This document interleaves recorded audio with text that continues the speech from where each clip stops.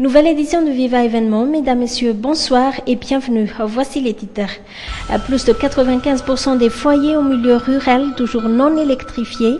L'électrification rurale, un autre problème qui s'ajoute à celui du délestage au milieu urbain. L'Église fait elle aussi de la politique, répond Lala Racinjas, nos évêques, qui, il y a quelques jours, interpellait les 4 chefs d'église du FFKM sur la facette politique de la réconciliation nationale.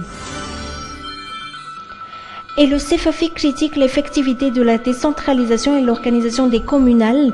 Dans un communiqué, l'Observatoire de la vie publique ne mâche toujours pas ses mots et interpelle sur une éventuelle cacophonie électorale.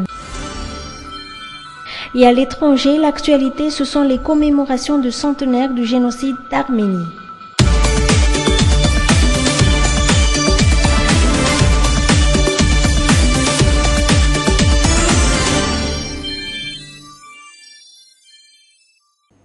Un État central réticent à décentraliser vers une nouvelle cacophonie électorale.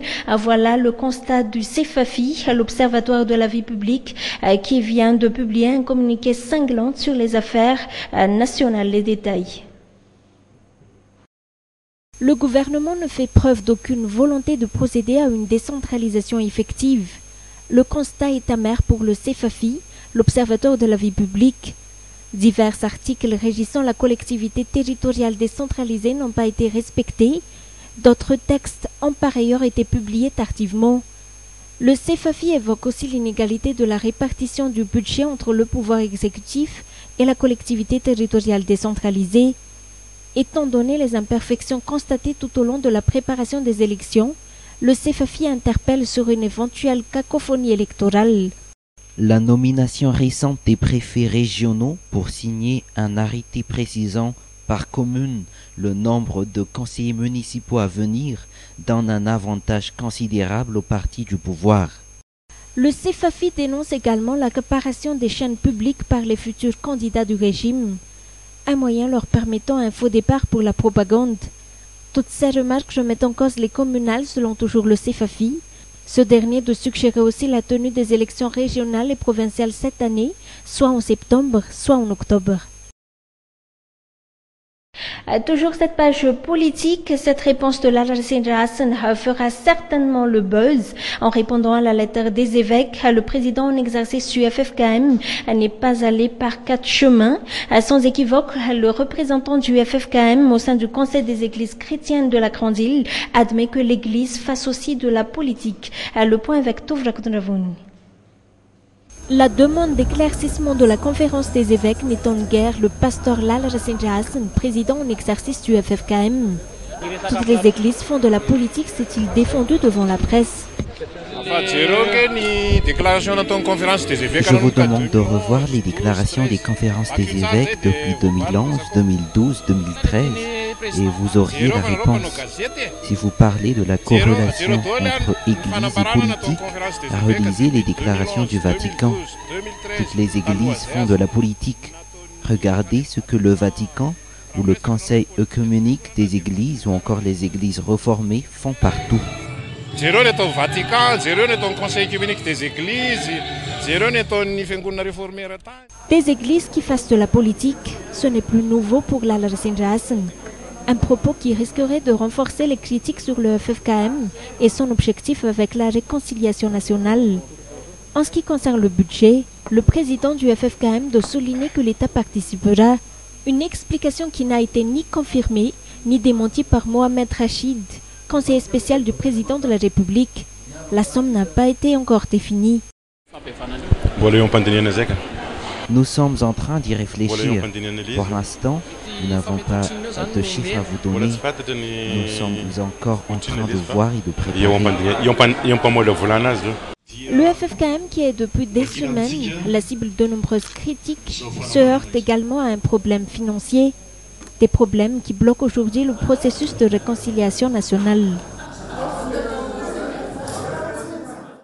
Et si le problème du délestage technique reste d'actualité en milieu urbain, le problème d'électrification l'est toujours en milieu rural. Les derniers chiffres parlent d'un taux de plus de 95% de foyers non électrifiés, en cause le manque d'infrastructures adéquates, raison pour laquelle le ministère de l'Énergie fait aujourd'hui appel à un projet pour une électrification rurale, un projet pilote qui sera démarré dans 4 régions, entre autres la région de Sava, Bunglav, Sofia et Yourmé. Les explications. Le ministère en charge de l'énergie ne limite pas les endroits où l'on puisse construire des centrales de production d'énergie via l'énergie renouvelable. Tous les opérateurs économiques peuvent, par le biais d'une procédure spontanée, choisir un endroit et construire une centrale de production solaire, éolienne ou hydroélectrique.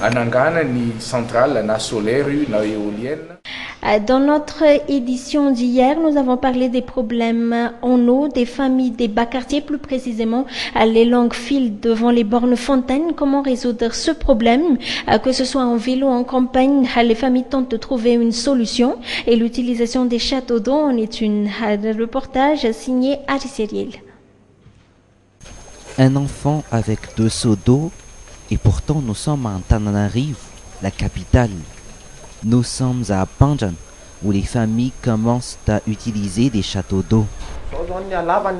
Son hauteur a été faite par rapport à l'endroit et pour nos besoins, c'est déjà normal. Contrairement à celles qui utilisent les eaux fournies par la Jirama ou les bornes fontaines, la pression n'est plus un problème pour cette famille.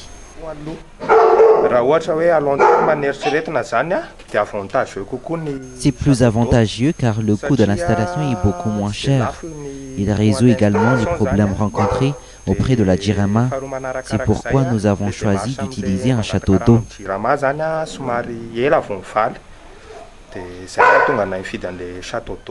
Une utilisation soumise à un budget colossal pour son installation au début, selon les explications de Ando. L'eau monte directement pour rejoindre le réservoir et quand il n'y a pas beaucoup d'utilisateurs, il y a ce trou qu'on appelle trop-plein et l'eau sort par là.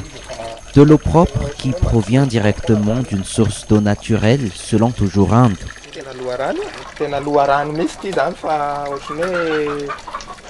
C'est une source d'eau naturelle. On l'a juste recouvert pour éviter qu'elle soit contaminée.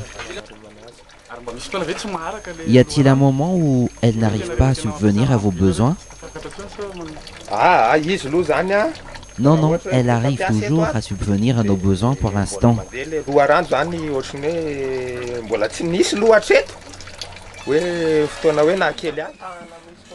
Une source d'eau qui alimente plusieurs foyers, des foyers qui l'utilisent pour tous ses besoins en eau. Quand nous l'utilisons pour la nourriture, nous ajoutons du sureau et si on veut le boire, on le fait bouillir. Faire bouillir l'eau, voilà la seule précaution prise par cette famille. Une famille parmi tant d'autres qui utilise depuis un certain temps les châteaux d'eau. Point final à cette édition, merci de l'avoir suivi. Nous vous donnons rendez-vous demain à la même heure. Au revoir. Raha misy zava-mitranga tazanao afakely mahavarina vaovao-piarahamonina dia alefaso ny sary horonan-tsary sy ny feo ao amin'ny viva maso mahita @gmail.com